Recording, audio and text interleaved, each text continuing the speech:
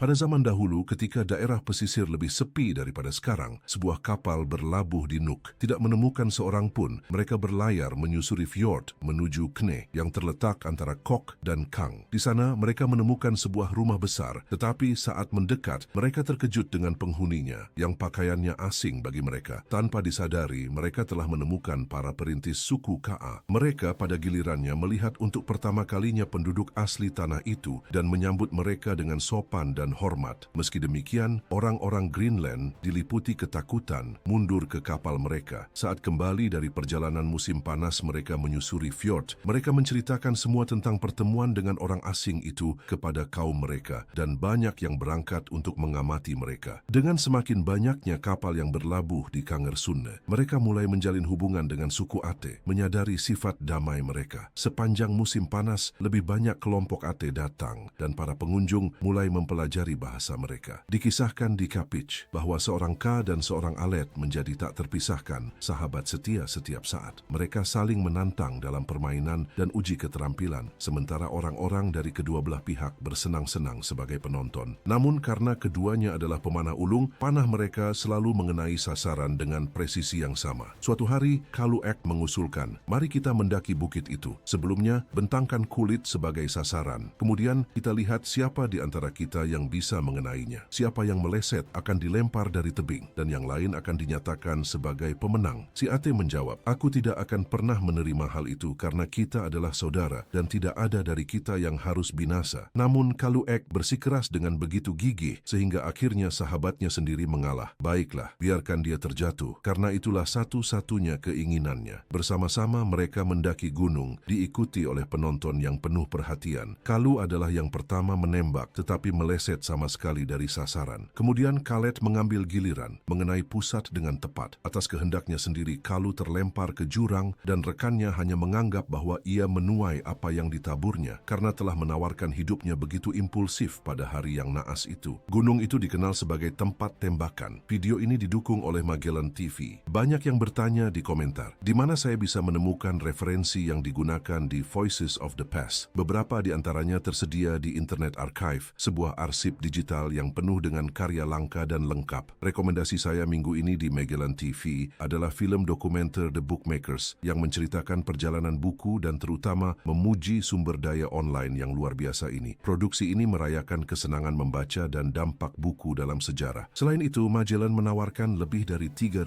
film dokumenter untuk dijelajahi. Platform yang benar-benar didedikasikan untuk genre ini. Manfaatkan tautan dalam deskripsi untuk 1 bulan akses gratis, eksklusif untuk penonton Voices of the Past. Terima kasih. Sekitar gelas ke-10 di sore hari, armada Afrika yang mendahului kami memasang jebakan, mengumumkan daratan terlihat. Saat mencapainya, kami menanyakan apa yang telah mereka lihat. Mereka menjawab bahwa semua dengan jelas melihat sebuah pulau yang dangkal dan datar di sisi kanan, kira-kira 5,5 liga jaraknya, dekat dengan hutan di utara dan barat. Berita ini disampaikan kepada kapten yang berada di buritan menghadap daratan, menamakannya Pulau Pash karena menemukannya pada hari Paskah. Awak kapal dipenuhi sukacita, berharap bahwa daratan rendah tersebut adalah petunjuk dari benua selatan yang belum dikenal. Karena tiang asap terlihat di berbagai titik, disimpulkan dengan alasan bahwa meskipun terlihat gersang dan tidak subur, pulau itu pastilah dihuni oleh manusia. Menyikapi hal ini, Presiden berargumen bahwa akan ceroboh untuk bertindak sembrono. Dia menyarankan agar kami menjauhkan kapal-kapal pada malam hari dan saat fajar menyingsing, mengirim perahu yang dilengkapi dengan baik untuk menyelidiki pantai, menunjukkan keramahan kepada penduduk asli. Misi ini adalah untuk memastikan ornamen atau peralatan apa yang mereka gunakan dan apakah mungkin mendapatkan persediaan segar, sayuran, buah, atau buruan melalui pertukaran. Cuaca tetap tidak menentu di antara kilat, guntur, dan hujan. Keesokan paginya, Kapten Bauman membawa seorang pribumi dari Pulau Paskah beserta perahunya ke kapal, di mana dia mendekati kapal dari pantai. Dia sepenuhnya telanjang, tanpa jejak rasa malu yang menutupi apa yang kesopanan lebih suka sembunyikan makhluk yang malang ini. Dia menunjukkan kegembiraan yang luar biasa saat bertemu dengan kami dan mengungkapkan ketertarikan besar terhadap pembangunan kapal kami. Dia berhenti khususnya pada keanggunan tiang-tiang, kekokohan tali temali dan peralatan navigasi, layar, meriam, yang dia periksa dengan minat yang sangat teliti, dan segala sesuatu lainnya yang dia amati, terutama ketika sosoknya sendiri tercermin di cermin. Menghadapi bayangan itu, dia tiba-tiba menjauh, kemudian mendekat mendekat kembali untuk memeriksa bagian belakang kaca, seolah-olah berharap menemukan asal-usul penampakan itu. Saat fajar, kami berangkat dengan 3 perahu dan 2 skoci yang dikemudikan oleh 134 orang. Semuanya dilengkapi dengan musket, pistol, dan parang. Setelah mengatur barisan kami maju sedikit untuk memungkinkan mereka yang berada di belakang untuk mengambil posisi yang tepat. Saat itulah, dengan cara yang benar-benar tak terduga dan membuat kami terkejut, kami mendengar 4 atau 5 tembakan di belakang, diikuti dengan teriakan tegas, "Sekarang, sekarang." Seketika lebih dari 30 tembakan bergema, membuat penduduk asli terkejut dan ketakutan. Mereka melarikan diri dalam kekacauan, meninggalkan sekitar 10 hingga 12 orang mati, selain yang terluka. Tidak lama kemudian, pilot pembantu mendekati saya, melaporkan bahwa dia dan 6 orang lainnya berada di ujung belakang kelompok ketika seorang penduduk asli mencoba merampas senjatanya dari tangannya. Dia membalas dengan pukulan. Dia menambahkan bahwa penduduk asli lainnya telah mencoba mengambil jaket seorang pelaut dan bahwa ketika menyadari perlawanan dari orang-orang kami, beberapa penduduk asli mengambil batu, membuat gerakan mengancam seolah-olah akan melemparkannya. Ketika kepanikan penduduk asli mulai mereda, setelah menyadari bahwa kami tidak akan melanjutkan permusuhan, kami membuat mereka mengerti melalui isyarat bahwa korban-korban tersebut adalah yang pertama kali mengancam kami dengan lemparan batu. Apakah sifat pemujaan yang dipraktikkan oleh masyarakat ini? Pemahaman kami tetap tidak lengkap karena waktu yang singkat dalam hidup bersama mereka. Kami hanya sempat memperhatikan bahwa mereka menyalakan api unggun di depan beberapa patung batu yang sangat tinggi. Setelah mendirikannya, mereka berlutut dengan tumit tertekuk menundukkan kepala sebagai tanda penghormatan. Mereka menyatukan tangan dalam gerakan permohonan, menggerakkannya secara ritmis ke atas dan ke bawah. Awalnya patung-patung ini membuat kami sangat terkejut. Sulit membayangkan bagaimana orang-orang tanpa akses ke kayu kuat atau tali yang kokoh yang penting untuk peralatan konstruksi mampu mendirikan monumen semacam itu. Beberapa patung mencapai tinggi sekitar 30 kaki dengan lebar yang proporsional. Kebingungan kami bagaimanapun menghilang ketika menemukan setelah memindahkan sebuah fragmen bahwa patung-patung itu dibentuk dari tanah liat atau semacam tanah padat lainnya, kemudian dilapisi dengan kerikil halus yang ditata rapi untuk menciptakan bentuk menyerupai manusia. Juga terlihat dari bahu terdapat tonjolan ringan yang mengisyaratkan lengan. Semua patung tampak mengenakan jubah panjang, menutupi dari leher hingga kaki. Di atas kepala mereka menyangga semacam keranjang, penuh dengan batu putih yang dicat. Daerah yang saya beri nama Dataran Tinggi Arktik terletak di ujung timur Laut Teluk Bains, berangsur memudar di ujung-ujungnya. Batas selatannya ditandai oleh deretan pegunungan es yang megah. Sebagian besar tidak dapat dilewati. Di bagian yang luas, es abadi menjorok ke laut, membentang bermil-mil dari tebing tempat ia menempel. Asal-usul orang pegunungan Arktik tetap diselubungi misteri yang unik. Mereka menghuni wilayah yang sangat terpencil, paling terisolasi yang pernah dikenal, dan tidak mengetahui apapun yang tidak lahir atau ditemukan di tanah mereka. Mereka juga tidak menyimpan ingatan tentang kedatangan mereka ke tempat ini atau sudah berapa lama mereka menetap di sini. Sebelum pertemuan kami, mereka menganggap diri mereka sebagai satu-satunya makhluk di kosmos, membayangkan sisa dunia sebagai padang es yang tandus. Yang menarik, orang-orang di selatan Greenland mengira mereka berasal dari peradaban utara, tepat pada saat mereka ditemukan. Pemandu kami berseru, "Ini adalah orang Eskimo. Ini adalah nenek moyang kita." Dahulu diperkirakan bahwa bahasa utara adalah yang paling primitif atau asli. Kekerabatan linguistik mengonfirmasi bahwa mereka berasal dari kelompok yang sama dan lebih masuk akal bahwa selatan Greenland dijajah dari utara. Begitu pula bagian utara Teluk Baffin. Awalnya dihuni dari Amerika. Orang pegunungan Arktik tidak menyembah matahari, bulan, bintang, atau gambar maupun makhluk hidup. Ketika ditanya tentang fungsi benda-benda langit tersebut, mereka menjawab bahwa itu berguna untuk menerangi. Mereka tidak memiliki pemahaman tentang asal-usul mereka sendiri atau kehidupan setelah kematian, hanya menyatakan bahwa setelah meninggal, mereka akan diletakkan di dalam tanah. Setelah memastikan bahwa pria ini tidak memiliki pemahaman tentang keberadaan dewa tertinggi, saya melanjutkan dengan menanyakan apakah dia percaya pada roh jahat. Namun, saya tidak berhasil menyampaikan makna konsep tersebut kepadanya. Ekspresi kok yang merujuk pada dukun atau penyihir dalam dialek Eskimo Selatan Greenland kemudian disebutkan. Dia menjawab bahwa ada banyak di negerinya yang mampu menimbulkan badai atau menenangkan laut, mengusir atau menarik anjing laut, dan bahwa mereka mempelajari seni ini dari Anger Cox yang lebih tua saat masih muda. Dia juga mengatakan bahwa mereka takut pada dukun-dukun itu, tetapi biasanya setiap keluarga memiliki satu. Ketika mendengar tentang keberadaan makhluk yang maha kuasa kuasa, ada di mana-mana dan tak terlihat, pencipta laut, daratan, dan segala isinya. Dia menunjukkan keheranan yang mendalam dan bertanya dengan cemas di mana makhluk itu tinggal. Ketika diberitahu bahwa makhluk itu ada di mana-mana, dia tampak sangat terganggu dan menunjukkan ketidaksabaran untuk pergi. Ketika disebutkan tentang kehidupan setelah kematian dan dunia lain, dia menceritakan bahwa seorang bijak dari zaman dahulu pernah meramalkan bahwa mereka akan pergi ke bulan. Namun, menurutnya, kepercayaan itu sudah tidak diikuti lagi dan tidak ada yang lagi mengetahui cerita itu. Meski demikian, mereka percaya bahwa burung dan makhluk hidup lainnya berasal dari bulan. Meskipun tidak ada bukti bahwa orang-orang ini memiliki pemahaman tentang makhluk tertinggi atau roh, baik atau jahat, keberadaan dukun dan gagasan tentang pergi ke bulan setelah kematian atau bahkan alam itu sendiri menghalangi kesimpulan yang pasti, terutama karena penguasaan kami atas bahasa mereka terlalu terbatas untuk sepenuhnya memahami konsep mereka tentang hal ini. Di zaman dahulu, ketika saya masih kecil, sebuah kapal tiba di Vita. Suku kami tinggal di sana pada waktu itu. Ketika melihatnya, para tetua menyatakan bahwa itu adalah dewa dan orang-orang di atas kapal adalah makhluk gaib. Kapal itu berlabuh dan perahu-perahu dayung mendayung ke pantai, sementara para tetua mengamati, menyadari bahwa para pendayung menarik dayung dengan membelakangi haluan. Para tetua berkata, "Ya benar, makhluk-makhluk ini adalah roh. Mata mereka berada di belakang kepala. Mereka mendayung ke darat sambil membelakangi tujuan." Ketika makhluk-makhluk ini mendarat, kami, anak-anak dan perempuan, mengamati mereka tetapi lari ke hutan, meninggalkan hanya para pejuang di hadapan mereka. Beberapa dari roh-roh ini tinggal sebentar, tetapi tidak menyebabkan bahaya apapun kepada para pejuang kami. Kami kembali satu persatu dan memandangi mereka, mengusap pakaian mereka, terpesona oleh kulit putih mereka, dan mata kebiruan sebagian dari mereka. Makhluk-makhluk itu mulai memetik kerang, dan kami menawarkan ikan serta akar pakis. Melihat mereka memakan hasil laut, kami tercengang dan bergumam, siapa tahu mereka bukan makhluk seperti goblin Maori. Para perempuan dan kami mengumpulkan batu dan berbagai tumbuhan untuk hadiah kepada para goblin. Beberapa batu mereka simpan dalam kantong mereka, sementara sisanya mereka buang. Ketika kami menyerahkan dedaunan dan ranting, mereka tetap diam, saling bertukar kata-kata atau mengeluarkan suara dari bahasa asing mereka yang aneh. Mungkin mereka bertanya kepada kami, tetapi karena tidak mengerti bahasa mereka, kami hanya tertawa. Dan karena mereka juga tertawa, kami merasa terhibur. Para prajurit dan tetua suku tetap diam, mempelajari makhluk-makhluk itu. Beberapa goblin membawa tongkat yang mereka bawa. Saat kami mencapai batang pohon telanjang tempat burung kormoran bertengger saat senja untuk bersarang, para goblin mengangkat tongkat mereka dan mengarahkannya ke burung-burung itu. Dalam sekejap, guntur bergema dan cahaya meledak membuat seekor kormoran terjatuh dari pohon. Kami, anak-anak, diliputi ketakutan, lari ke hutan, meninggalkan para goblin. Mereka tertawa dan melambaikan tangan kepada kami, hingga tak lama kemudian, yang paling berani di antara kami kembali dan mengambil burung yang jatuh itu sudah tak bernyawa. Namun, apa yang sebenarnya membunuhnya? Para tetua kami menunggu dengan hati-hati sebelum kembali ke desa, diikuti oleh para goblin. Kini kami hidup dalam harmoni dan kedamaian bersama mereka, dan mereka menawarkan sebagian dari belalang yang mereka bawa ke tanah itu. Setelah kapal berlabuh beberapa lama, beberapa prajurit kami memanjat strukturnya dan melihat banyak hal di dalamnya. Saat kembali ke darat, mereka menceritakan kepada orang-orang kami semua yang telah mereka saksikan. Kisah-kisah ini membangkitkan keinginan dalam diri banyak dari kami untuk mengenal tanah air makhluk-makhluk itu. Ketika kami naik kapal, kami disambut oleh para goblin, dan para prajurit kami menjawab mereka dalam bahasa kami. Kami duduk di geladak, di bawah tatapan penasaran makhluk-makhluk itu. Dengan gerakan lembut, mereka mengusapkan tangan mereka pada tikar kami dan kepala anak-anak. Sementara itu, mereka terus berbicara tanpa henti. Di tengah percakapan, mereka menunjukkan beberapa pakaian mereka, membandingkannya dengan pakaian kami sambil menyentuhnya secara bersamaan. Lalu, kami menukar tikar kami dengan milik mereka, dan beberapa prajurit bergumam capi. Ucapan ini ditiru oleh beberapa goblin, menimbulkan tawa di kelompok kami, dan mereka menyadarinya turut bergabung dalam kegembiraan kami. Seorang anggota suku kami dibunuh oleh para goblin pertama yang tiba di Vita. Dia adalah pencuri terkenal yang mencoba menjual tikar kulit anjing kepada mereka. 5 dari makhluk itu berdiri di buritan perahu, 4